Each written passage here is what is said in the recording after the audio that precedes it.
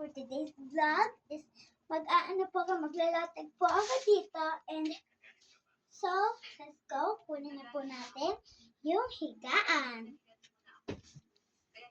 Ito po ang aming higaan. So, ilalatag ko po siya dito.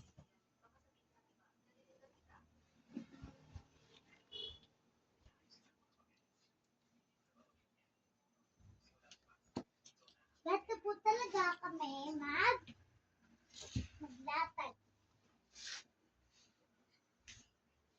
So, first, ilagay po natin yung unan.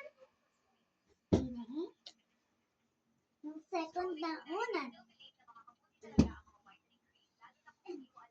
Last, yung mga teddy bear. Because dito po ako nakakatulog. Yan.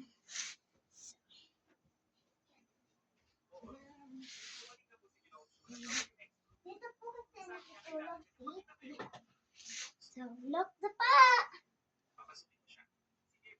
Maganda na ba, guys?